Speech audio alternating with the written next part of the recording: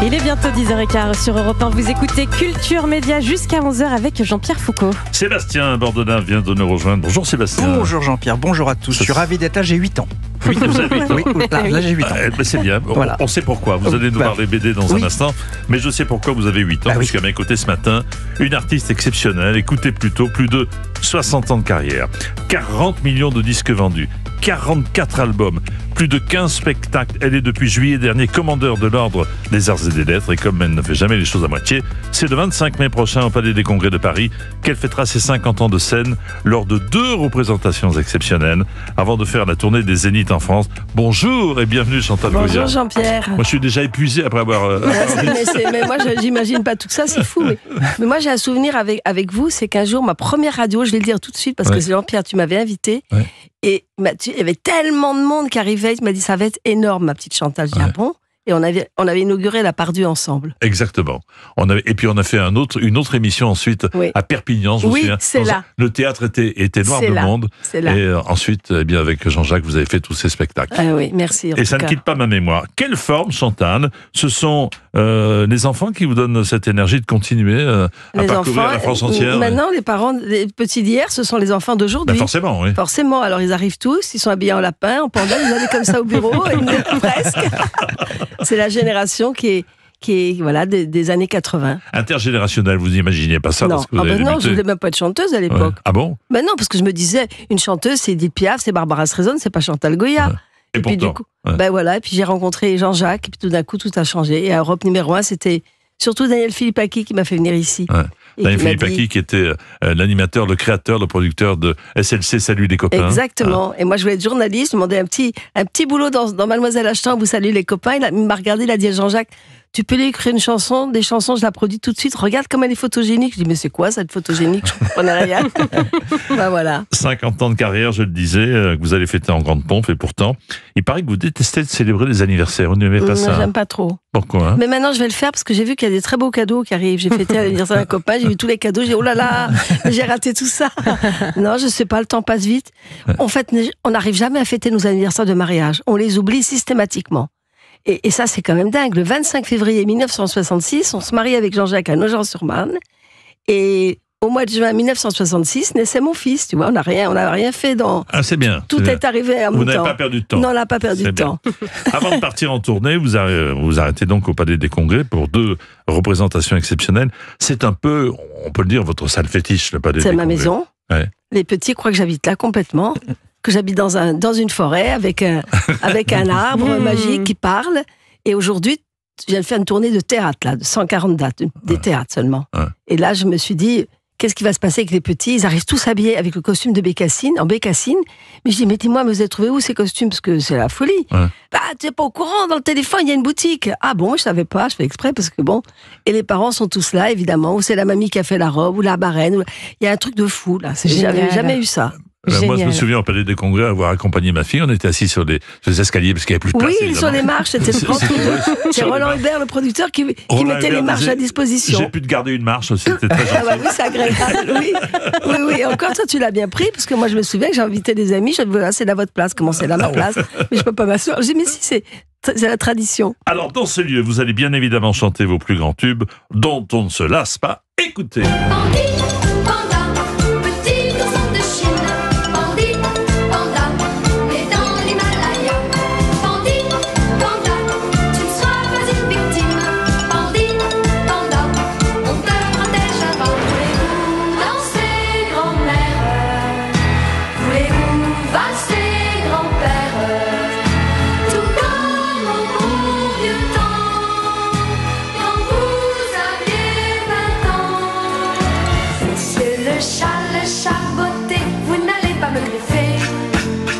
J'étais venue faire un petit tour afin de vous dire bonjour. Vous êtes le chat le plus beau de cet étrange château. Avec vos bottes, votre chapeau, votre épée et votre beau. Ce matin, un lapin a tué un chasseur. C'était un lapin qui, c'était un lapin qui. Ce matin, un lapin a tué un chasseur. C'était un lapin qui avait un Tout le monde chante. Mythique, bah oui, on connaît tous. Et vous avez la Dingue. chorégraphie en plus, Jean-Pierre. C'est ça qui est bluffant. Ouais, c'est bluffant. Alors, cette chanson ce matin à Lapin, ce sont vos enfants qui l'ont inspiré à Jean-Jacques Debout. Voilà, on était à la Pourquoi campagne, on était à Oudan. J'en avais assez de les promener dans des squares à Paris. Je dis, fréquenter une maison à la campagne, ça serait plus pratique. On est parti près de Oudan. Et là, un jour, un dimanche, comme tous les dimanches, ils étaient là, les chasseurs, avec des fusils, avec leurs costumes, tout ça, ça arrivait. Puis ils me disaient, ils sont tous arrivés à la maison. Ils m'ont dit, c'était une dizaine. Où est la maîtresse de maison? J'ai dit, c'est moi. Non, vous êtes la fille. Je dis, non, c'est moi la maîtresse de maison. Alors ils me disent, écoutez, voilà, on a tous nos pneus dégonflés. Je dis, c'est quoi cette histoire? Elle me dit, écoutez, c'est simple, on les a vus. Des gamins, ils mettent des pailles dans nos pneus et hop, ça se dégonfle. Ça, c'est le truc de la campagne qu'il ne faut pas faire. En attendant, je dis, écoutez, venez boire un verre à la maison. Il y a Jean-Jacques qui est là avec Roger Dumas. Ils écrivaient des numéros 1 pour les Carpentiers. Et là-dessus, mes enfants sont arrivés et ont dit aux chasseurs, et si les lapins avaient des mousquetons, ils vous tiraient dessus, nous on n'aime pas que les chasseurs tuent les lapins. Et là, Jean-Jacques est arrivé au piano, il a fait carrément devant moi et devant les chasseurs, ce matin, un lapin. Et les enfants ont fait le geste que je fais, et là-dessus, ils ont tous rigolé, évidemment. On a bu un bon petit coup, et là, Jean-Jacques me dit, attends, ce que je viens de faire là, je vais en faire une chanson, grâce à vous les chasseurs, et surtout, je veux que Jean-Jacques, Chantal, tu fasses le geste que font tous les gosses. Et je l'ai fait. Un numéro 1 de Gérard Lenormand. Je suis habillée en chasseur et pof, de matin à la peinture. Alors, ça sont les personnages que l'on connaît. Il y en aura de nouveaux ou pas? Il y aura 2 nouvelles chansons. Une très belle chanson que m'a écrit Jean-Jacques qui s'appelle Ainsi, qui raconte toute ma vie. Et un très beau final, 50 ans d'amour. Il fallait que je la fasse quand même, celle-là. Une belle chanson de finale avec les claquettes, très Broadway, très comédie musicale. Sinon, on va retrouver tous mes décors. Ah, c'est ça. Mais oui, on va retrouver. Vous les aviez conservés, J'ai gardé beaucoup de choses dans un hangar près de chez moi, à la campagne. Et il va y avoir un petit bout de chaque spectacle. L'arbre, Monsieur le Chêne, arrivera dans une forêt qu'on refait faire par le fils de Pierre Simonini, qui était mon grand décorateur d'opéra, qui est l'opéra de Paris, l'opéra de Milan. Son fils a repris tous les plans. Il y aura aussi la petite Luciole et puis le carrosse escargot. Il y aura la lune qui m'emmènera dans la planète merveilleuse. Et ensuite, on partait avec le fameux soulier qui vole. Oh, j'ai hâte de on va traverser tous les spectacles. J'ai hâte de retrouver ma marche. À tout de suite pour la suite sur Europe 1. La suite, c'est avec Sébastien Bordenave, notre indispensable BD. On va parler de quoi, Sébastien? On va rester dans l'univers de Chantal Goya, vous allez voir. Formidable. Alors. À tout de suite sur Europe 1. Vous écoutez Culture Média sur Europe 1 de 9h30 à 11h avec Jean-Pierre Foucault et votre invité ce matin, Chantal Goya. Adieu les jolis foulards, adieu tous les madras. Si ce n'est qu'un au revoir, on se retrouvera. C'est comme ça, on n'y peut rien. Il y a dans la vie toujours un jour où l'école est finie. Et voilà, cette chanson magique, c'est le départ de Tout en 75. Vous l'interprétez pour la première fois dans numéro 1, le show de Mariette Gilbert Carpentier.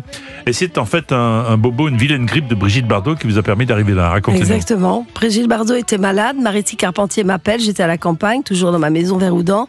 Et là-dessus, je lui ai dit, tu veux parler à Jean-Jacques? Non, c'est à toi que je veux parler.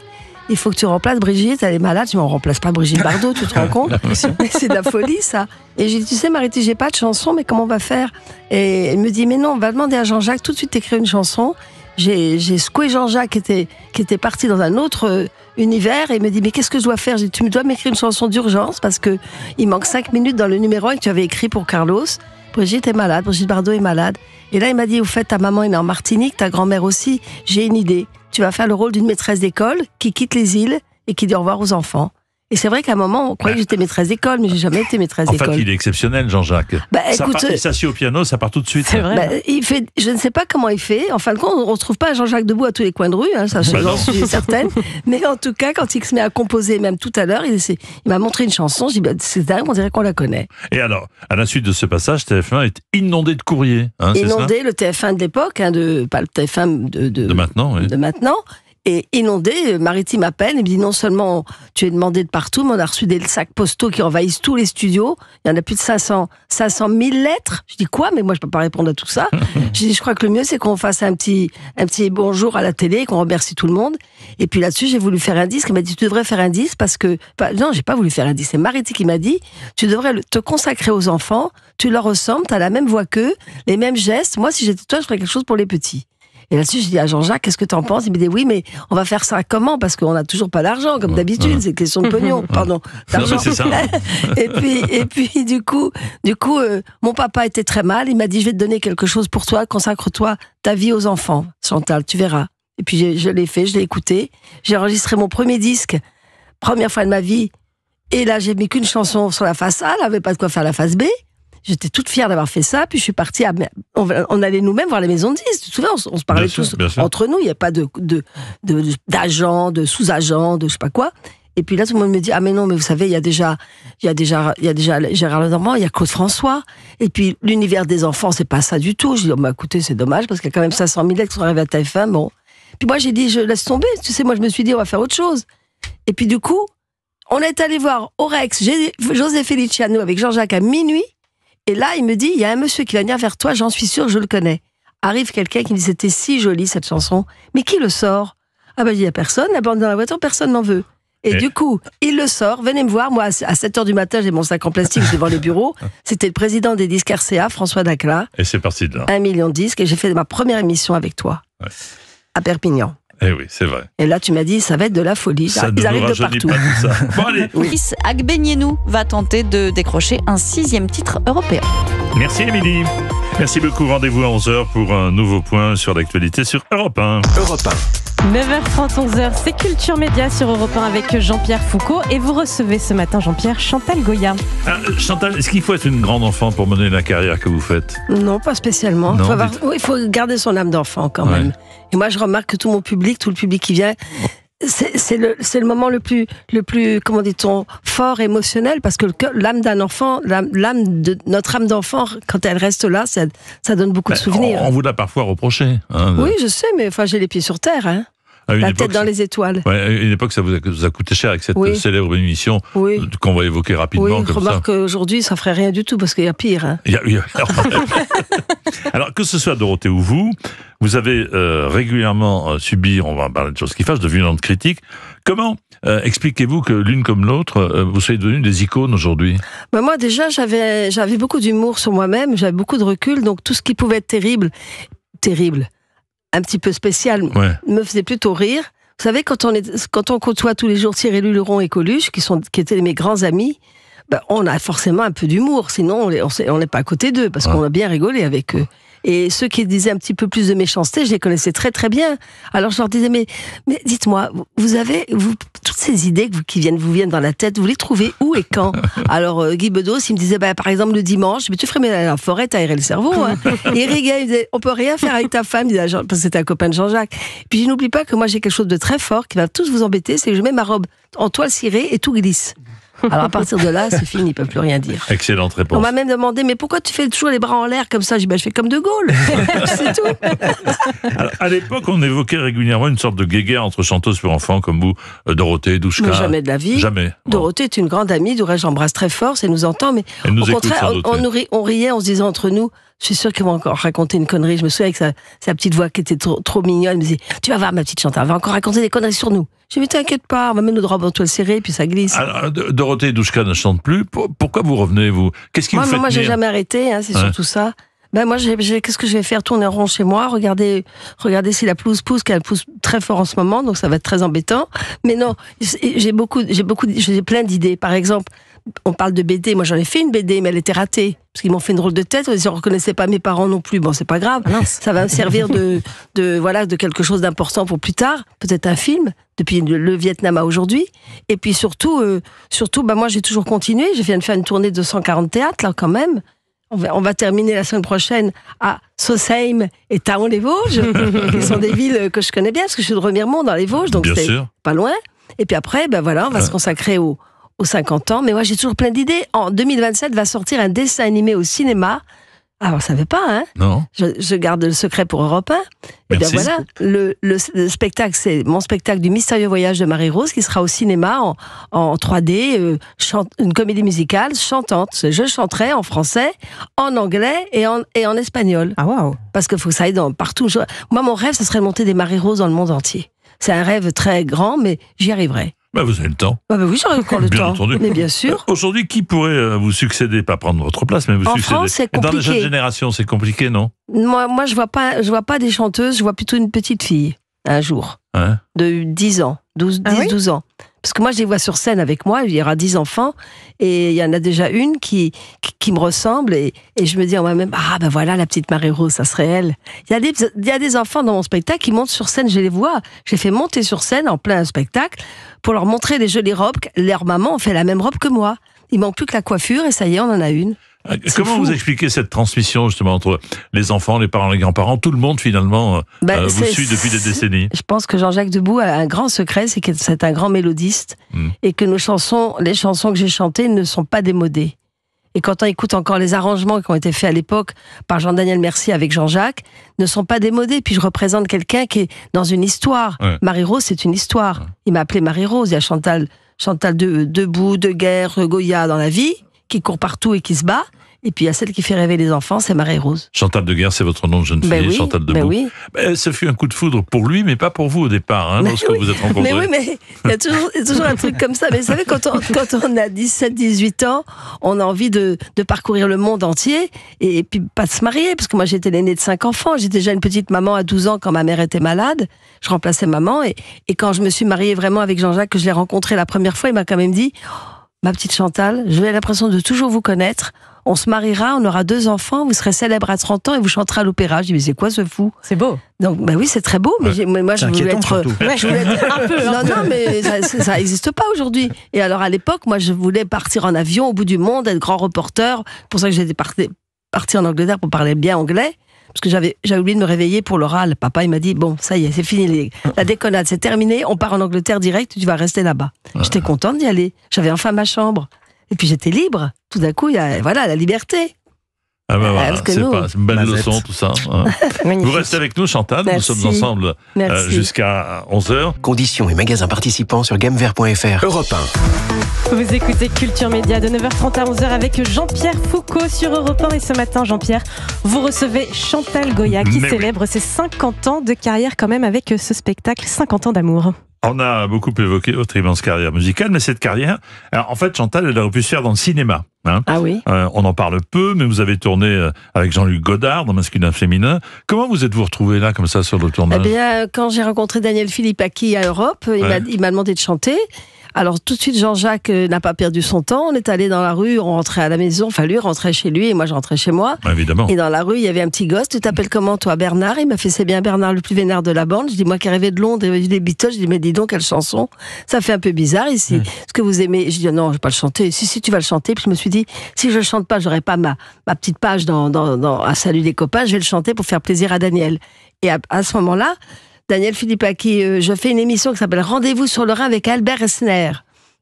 Alors c'est le grand centre des variétés à l'époque à la télévision. Ah bah oui, exactement. Et moi, je ne savais pas comment chanter C'est bien Bernard. Il y avait tout l'orchestre. Je me suis dit, je vais faire comme Sylvie Vartan. Comme elle était très, très, très, très connue, je vais chanter comme elle. Je faisais C'est bien Bernard, le plus vénère. Je faisais tout comme Sylvie pour être sûre que ça marche. Parce que dans ma tête, je me disais, elle est tellement géniale qu'il faut faire comme elle. Et puis, par contre, il y en a un qui m'a repéré, c'est Jean-Luc Godard à la télé. Il appelait Daniel Philippaki, qui était le patron des Cahiers du cinéma. Il m'a dit, viens me voir, j'ai un truc à te dire. Et quand je suis arrivée, j'ai dit, alors ça y est, plus de contrat, je vais commencer à... Non, pas du tout, tu vas continuer, maintenant tu vas faire du cinéma. J'ai quoi? Mais c'est pas vrai. Et le lendemain, on tournait. Je voyais Godard au Théâtre des Champs-Élysées, au bar du Théâtre des Champs-Élysées. Ouais. Et on va dire 8 jours après, j'étais porte de la Villette devant Brigitte Bardot qui ouvrait une porte. Oh. Et ça y est, on tournait. On peut écouter un petit extrait? Oui. Attendez, écoutez.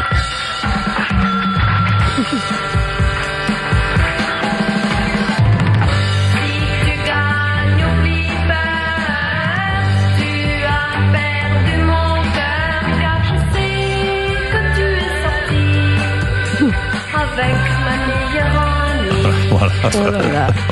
Alors, vous n'étiez pas prête à tout accepter au cinéma. Non. Parce que vous avez refusé de jouer nu. Oui. Et d'embrasser un garçon pour Godard quand même. Bah oui, pour Godard, parce que moi je me suis dit, je vais quand même pas commencer déjà à me mettre à poil dans un lit, et puis c'est pas du tout mon histoire, et puis j'avais surtout...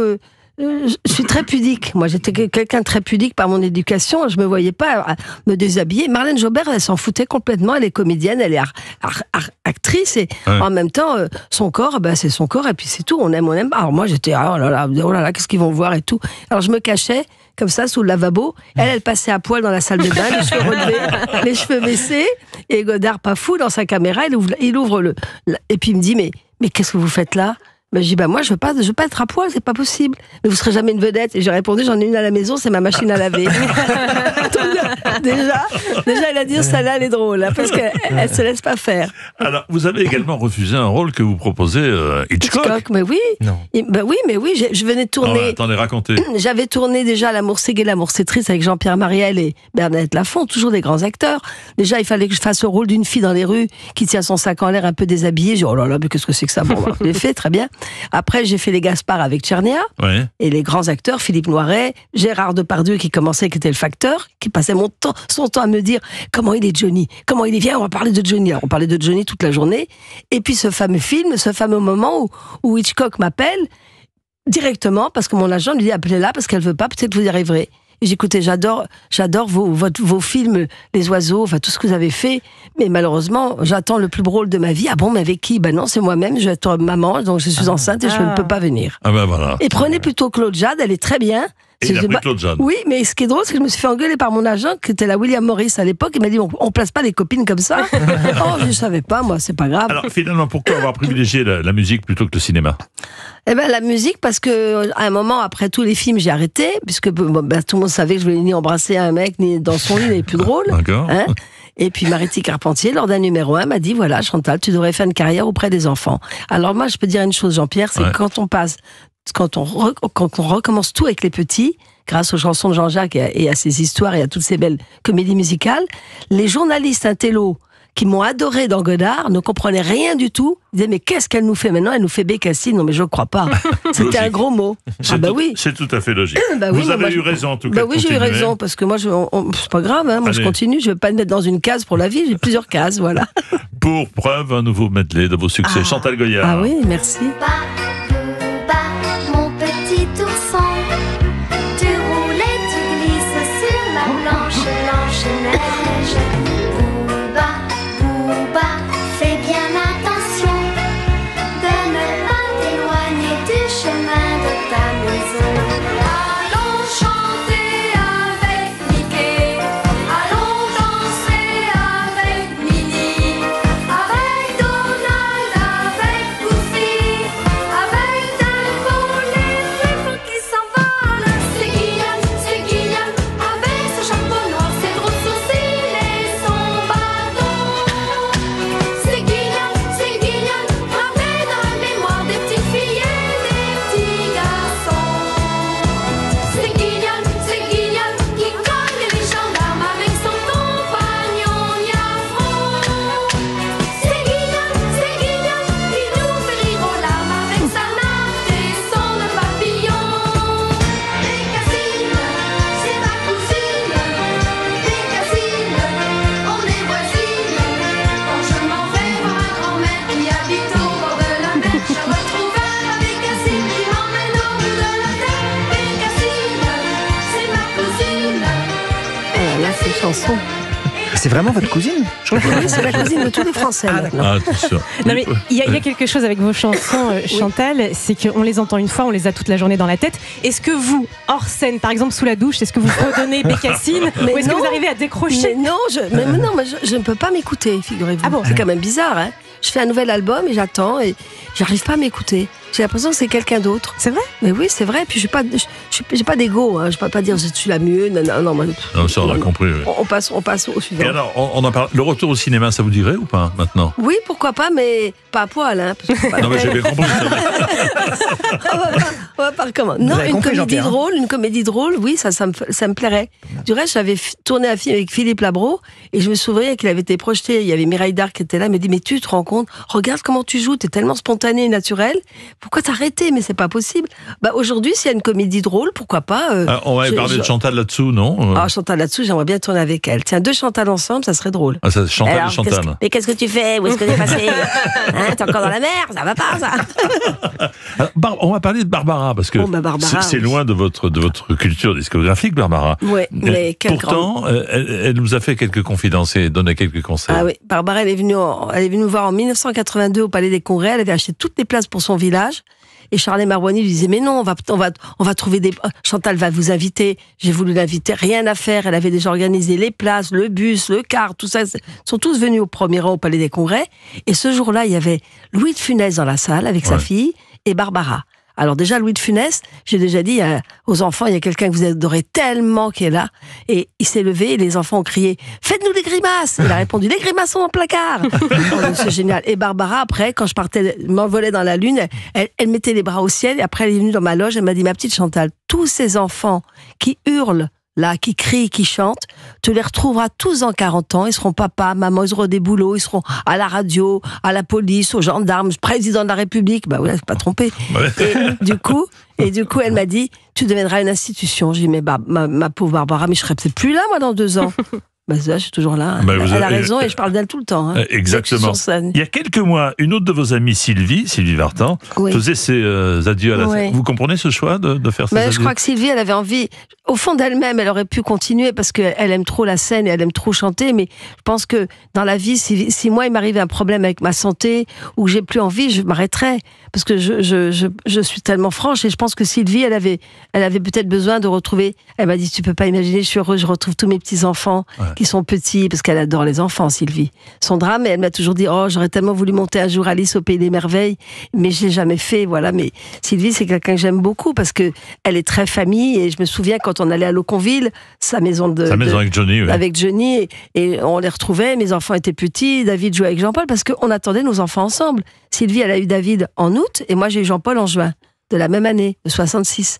Et on était toujours. Et après, il y a eu Clarisse qui est venue, ma fille, en 68. Et là, du coup, elle était toujours près de nous. Et je me souviens qu'en mai 68, on habitait rue des Saints-Pères, en plein manif. Et Jean-Jacques trouvait pas mieux de nous amener tous les blessés du boulevard Saint-Germain. Et nous, on mettait des bandages, on mettait du mercurochrome. Moi, j'étais enceinte comme ça.